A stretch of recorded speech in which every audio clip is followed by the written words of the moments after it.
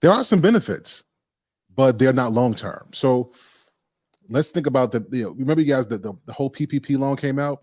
Everybody got a business with the PPP loan. Everybody's a CEO of some kind of company. And I saw people who didn't have anything before, had nothing. They got BMWs, some, leasing out buildings. They buying themselves stuff. They buying themselves nice bags. And for us hardworking Americans, we still feel like, oh, how did y'all manage to get so much so soon? Well, speed it up 6 months to a year later, right? Now they're concerned about going to jail, about charges being pressed against them, because it's the benefits up front is you get to brag. You get to say, look at me now, I'm stunting on folks. But that's it. You don't have that. That's the only benefit. And the sad thing is so many people have such a short-term perspective on life that they live for that brag. They live for their people saying, but boy, you really doing it. Girl, you really killing, girl, you doing your thing. And we live for those little moments and we don't think long-term. So initially the benefit is people are bragging on you. You the stuff right now. You was popping. But long-term, it's never worth it. And I think people need to understand that the decisions you make that go without character, that go without integrity, like you have to pay for it later. And I say it often like this. So the decisions you make now, either you're investing for a positive return or you just putting bad events on credit. Like you get to make the purchase and get what you want right now, but that credit payment is going to become due with interest later. And so it's just best to do whatever you're going to do with a level of integrity. And even if that means growing slower or, not being as known or whatever that thing might be, operating in integrity. All right. Brother Sweeney, what are your thoughts about it, sir? And what do you benefit if you gain the whole world but lose your own soul?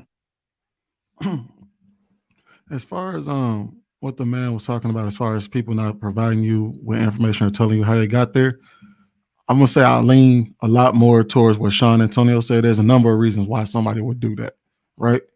And I'm in agreement with him. But to answer the question, I mean the saying is always for the love of money is the root of all evil, and I think the question speaks to that. When your number one goal is to make money, you don't care how you get there, evil follows. So I mean, it's as simple as that. I mean, I think that's exactly how it is. All right, go ahead. Humble Dad, what are your thoughts about it, sir? What's up, gentlemen? Hey, well, this saying is from Matthew 16, and this is when Jesus was talking and letting the people know that you want all of these things that the world may offer, but in the end, you're going to go to hell.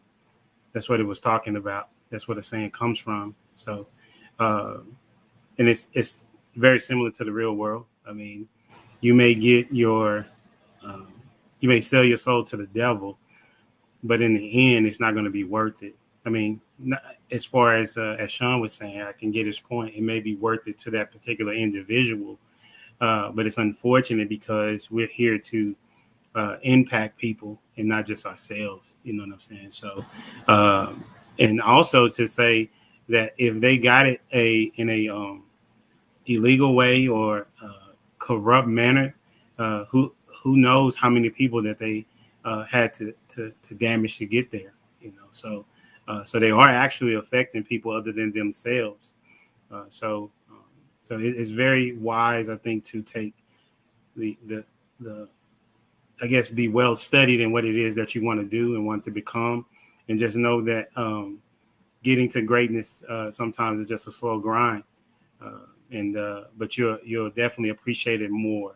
If you look at it from the position of people that get money quickly, they also lose it quickly, right? So I think if we look at it from that approach, you'll see that, yes, you may benefit in the short term, as Sir Hale said, but in the long term, you're going somewhere eternally where you don't want to be, in my estimation.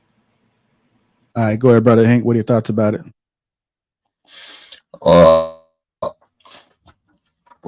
Listen what Sean Antonio said about sharing information. I'm in a group where we're landlords or house flippers or whatever, the different things.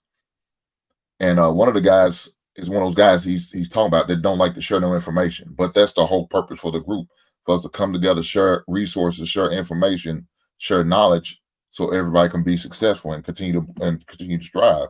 Well, there was one guy who just didn't want to share the information, so we didn't want to put him out of the group because we've been known him for too long. But what we started doing is we sharing information with each other, but him. So now he was kind of froze out, where he ended up having to go to pretty much like a bootleg route. And I don't know if y'all know anything about Section 8. It's really hard to get a house put on Section 8. You got to go through a lot of red tape, a lot of details. Well, he went the bootleg route and failed his Section 8 inspection to the point where a month later, after he got it passed, his house ended up catching on fire, and he didn't get paid by the insurance because he bootlegged it. He didn't get a certified electrician to come over to certify his electrical box. So yeah, I mean, and that's one of the examples. He tried to benefit.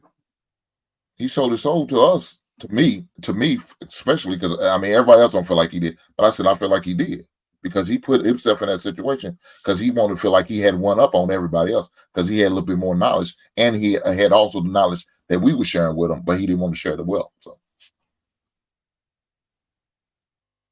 Okay. All right, go ahead, Purple Pill. What are your thoughts about it, sir? Yeah, for some reason I still think that just requires a little bit of balance. Like you're gonna have to make some sacrifices and do some things, I think, sometimes to really become successful like you want to. But at the same time, you can look at places like Chick-fil-A that fully are in their purpose and do everything very godly, and they're a very successful company. There's a lot of Christian companies that are super hyper successful, and they never do people wrong. They never are doing horrible things, and they're very successful companies. So you can be successful being that way, but I think sometimes it does take a balance of taking risks or doing things that maybe you don't want to do. I'm not the type, like I wouldn't do that personally, but I can see how there's certain channels that might say certain things or do certain things to blow up faster, or like out in the streets people can get rid of certain people so then they can come up more because nobody's going to go to that person anymore. There's a lot of things that can happen so you can come up and start making more money, but I don't think it's necessary most of the time. Like we can see with Christian companies that you can be a good holy company and do everything correctly and still make millions of dollars. So yeah, I definitely don't think that you have to sell your soul to get the benefits that people think you want. All right, Eric. And what do you benefit if you gain the whole world but lose your own soul? I came in a little late on the conversation, but I think I got the gist of it. This is the twist I want to bring to it. There are many people that we see who are very successful now that have done that. Let's go to rappers, for instance, and most of the people in the hip hop game. Real talk, and this is what's so wild about it, and this is what always kind of got me, is that they actually brag about the things that they did. They brag about how, what they used to do in the streets.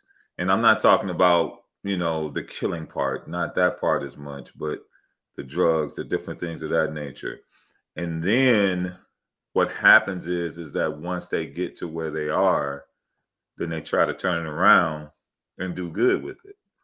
Do things in the community, do things for people and that type of thing. So I think that a lot of people do think about this statement when they do some of the dirt that they do.